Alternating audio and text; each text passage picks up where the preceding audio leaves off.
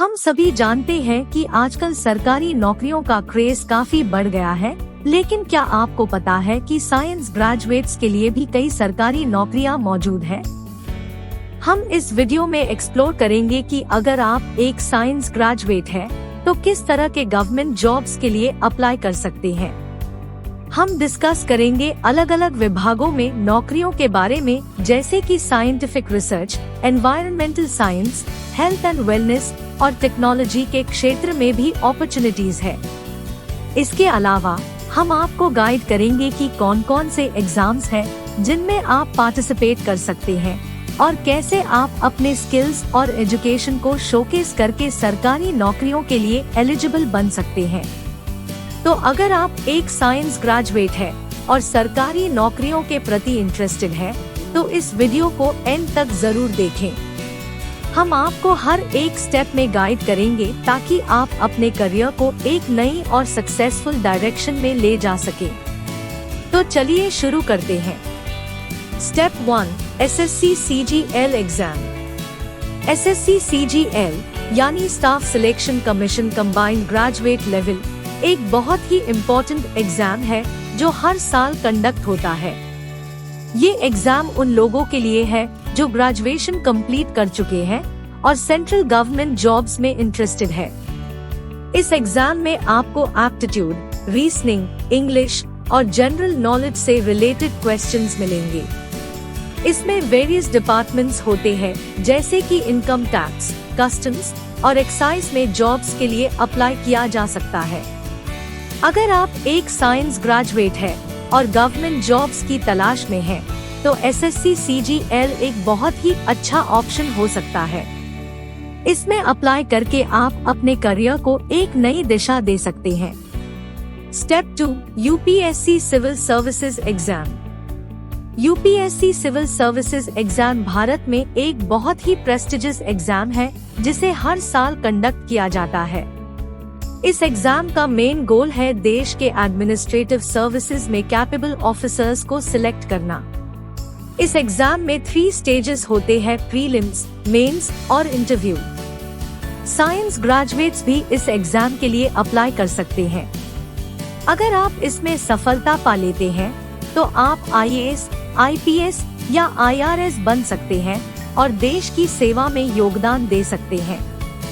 ये exam challenging है लेकिन रिवॉर्डिंग भी है और आपको एक डाइवर्स रेंज ऑफ सर्विसेज में भी अपॉर्चुनिटी प्रोवाइड करता है। साइंस ग्रेजुएट्स भी इसमें अपीयर हो सकते हैं और अपने एनालिटिकल स्किल्स और नॉलेज को शोकेस करके टॉप एडमिनिस्ट्रेटिव पोजीशंस तक पहुंच सकते हैं। ये एक चुनौतीपूर्ण और फलदायी करियर पथ प्रदान करता है। Step 3, railway recruitment board RRB। Indian railways में भी साइंस ग्रेजुएट्स के लिए कई जॉब अपॉर्चुनिटीज अवेलेबल है।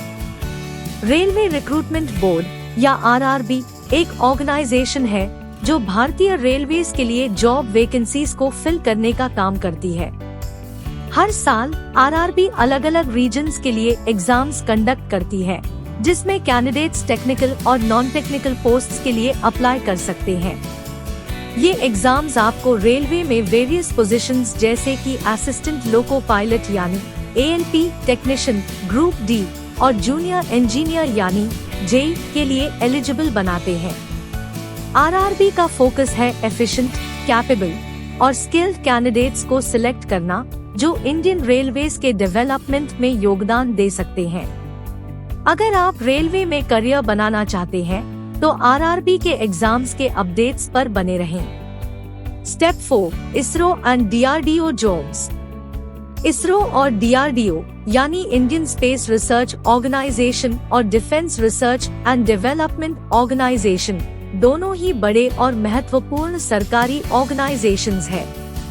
ISRO देश के अंतरिक्ष अभियान का संचालन करता है और DRDO देश की रक्षा और सुरक्षा के लिए नई टेक्नोलॉजीज डेवलप करता है।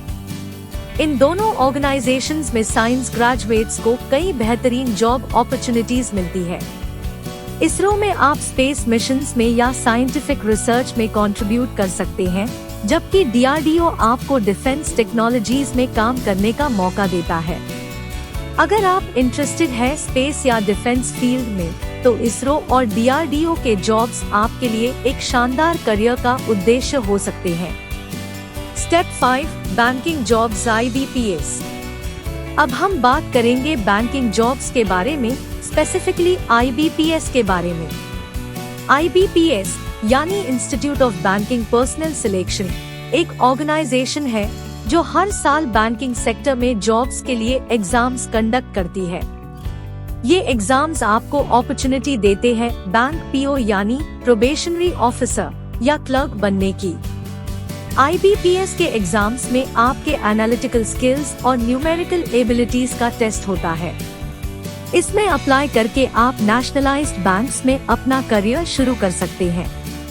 अगर आप नंबर्स में स्ट्रॉन्ग है और फाइनेंस फील्ड में इंटरेस्ट रखते हैं तो IBPS के एग्जाम्स आपके लिए एक गोल्डन अपॉर्चुनिटी हो सकती है। इसके लिए रेगुलरली नोटिफिकेशंस आते रहते हैं, इसलिए तैयार रहें। आपके साइंटिफिक एनालिटिकल स्किल्स यहाँ काफी यूजफुल होते हैं। Step 6, state public service commissions PSC। इस स्टेप में हम बात करेंगे स्टेट पब्लिक सर्विस कमीशंस के बारे में। स्टेट पब्लिक सर्विस कमीशंस यानी PSC एक बहुत ही इम्पोर्टेंट पार्ट है जब हम बात करते हैं गवर्नमेंट जॉब्स की। हर स्टेट में अलग अलग PSC होता है जहां साइंस ग्रेजुएट्स अपने स्टेट के गवर्नमेंट जॉब्स के लिए अप्लाई कर सकते हैं, जो कि स्टेट गवर्नमेंट के लिए रिक्रूटमेंट्स हैंडल करता है। ये कमीशंस अलग अलग एग्जाम्स कंडक्ट करते हैं, जैसे कि state civil services, forest services और इंजीनियरिंग सर्विसेज के लिए। इन एग्जाम्स में पार्टिसिपेट करके आप अपने स्टेट में वेरियस गवर्नमेंट डिपार्टमेंट्स में जॉब्स के लिए अप्लाई कर सकते हैं। PSC एग्जाम्स स्टेट लेवल पर कंपटीशन क्रिएट करते हैं और आपको अपने फील्ड में एक्सपर्ट बनने का एक अच्छा प्लेटफॉर्म मिलता है। इसलिए अगर आप स्टेट गवर्नमेंट जॉब्स की तलाश में हैं, तो PSC एग्जाम्स के बारे में जरूर सोचें और इनमें अप्लाई करें। Step 7, teaching jobs CTET and NET। अगर आप टीचिंग फील्ड में अपना करियर बनाना चाहते हैं तो CTET यानी सेंट्रल टीचर एलिजिबिलिटी टेस्ट और NET यानी नेशनल एलिजिबिलिटी टेस्ट एग्जाम्स आपके लिए एक गोल्डन अपॉर्चुनिटी हो सकती है। CTET एग्जाम से आप प्राइमरी और अपर प्राइमरी लेवल के टीचर्स के लिए एलिजिबल हो सकते हैं, जबकि NET एग्जाम आपको कॉलेज या यूनिवर्सिटी लेवल पर प्रोफेसर बनने के लिए क्वालिफाई करने में मदद करता है। इन एग्जाम्स में आपके टीचिंग स्किल्स और सब्जेक्ट नॉलेज का इवैल्यूएशन होता है। अगर आप इन एग्जाम्स में सक्सीड करते हैं तो आप स्कूल्स, कॉलेजेस या यूनिवर्सिटीज में टीचिंग में शुरुआत कर सकते हैं और फ्यूचर में अपने स्टूडेंट्स को गाइड करके उनके करियर में हेल्प कर सकते हैं। इसके अलावा आप अपने एरिया में एजुकेशन फील्ड में भी अपना योगदान दे सकते हैं। Step 8, defence jobs NDA CDS। अगर आपको देश की सेवा में रुचि है और आप एक एडवेंचरस करियर बनाना चाहते हैं, तो डिफेंस जॉब्स आपके लिए एक एक्साइटिंग ऑप्शन हो सकती है। NDA यानी नेशनल डिफेंस एकेडमी और CDS यानी कंबाइंड डिफेंस सर्विसेज एग्जाम से आप आर्मी, नेवी या एयर फोर्स में ऑफिसर बन सकते हैं। NDA मेनली स्कूल पास स्टूडेंट्स के लिए होता है, जबकि CDS ग्रेजुएट्स के लिए है। ये एग्जाम्स आपको लीडरशिप स्किल्स, फिजिकल फिटनेस और स्ट्रैटेजिक थिंकिंग में एक्सपर्टीज दिखाने का मौका देती है। इसमें अप्लाई करके आप नॉट ओनली अपने देश के लिए योगदान दे सकते हैं, बल्कि एक चैलेंजिंग और रिस्पेक्टफुल करियर भी चूज कर सकते हैं।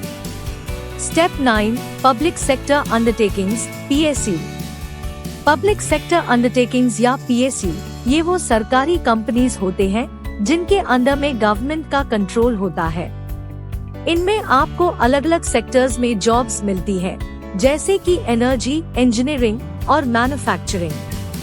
PSU में काम करना एक सिक्योर करियर ऑप्शन है और यहाँ पर साइंस ग्रेजुएट्स को भी बहुत अपॉर्चुनिटीज मिलती है। कुछ फेमस PSU जिसमें इंक्लूड है ONGC, BHEL और GAIL। इनमें काम करके आप नॉट ओनली अपने फील्ड में ग्रो कर सकते हैं, पर आपको सरकारी बेनिफिट्स भी मिलते हैं। तो अगर आप एक साइंस ग्रेजुएट है, तो PSU में जॉब एक्सप्लोर करना एक अच्छा ऑप्शन हो सकता है। Step 10, research institutes. Research institutes या अनुसंधान संस्थाएं वो जगहें हैं जहां साइंटिस्ट्स और रिसर्चर्स नए आइडियाज और इनोवेशंस एक्सप्लोर करते हैं। ये इंस्टीट्यूट्स कई अलग अलग क्षेत्र में रिसर्च करते हैं, जैसे कि साइंस, टेक्नोलॉजी, मेडिसिन और एनवायरनमेंट। यहाँ पर साइंस ग्रेजुएट्स को अपॉर्चुनिटीज मिलती है अपने फील्ड में डीप रिसर्च करने के लिए। BARC, CSIR और ICMR जैसे इंस्टीट्यूट्स इंडिया में कुछ प्रमुख एग्जाम्पल्स हैं। इनमें काम करना साइंस ग्रेजुएट्स के लिए नॉट ओनली चैलेंजिंग होता है, बल्कि ये भी एक ग्रेट वे है अपने सब्जेक्ट में एक्सपर्टीज बढ़ाने का। इसमें काम करते हुए आप नए इन्वेंशंस में कंट्रीब्यूट कर सकते हैं और अपने करियर को एक नई दिशा दे सकते हैं। तो दोस्तों, आज के वीडियो में हमने देखा कि कैसे साइंस ग्रेजुएट्स अपने करियर को गवर्नमेंट जॉब्स के जरिए शेप कर सकते हैं। हर एक स्टेप में हमने अलग अलग सेक्टर्स के जॉब्स के बारे में बात की और ये दिखाया कि अपॉर्चुनिटीज काफी है। अब आप समझ गए होंगे कि आपके पास कौन कौन से ऑप्शंस हैं। तो अब बस एक छोटा सा काम बाकी है, वीडियो को लाइक करें, शेयर करें और बेल आइकन को दबाएं ताकि आप हमारे फ्यूचर वीडियो से अपडेटेड रहें। हम मिलेंगे आपको अगले इन्फॉर्मेटिव वीडियो में, तब तक के लिए धन्यवाद।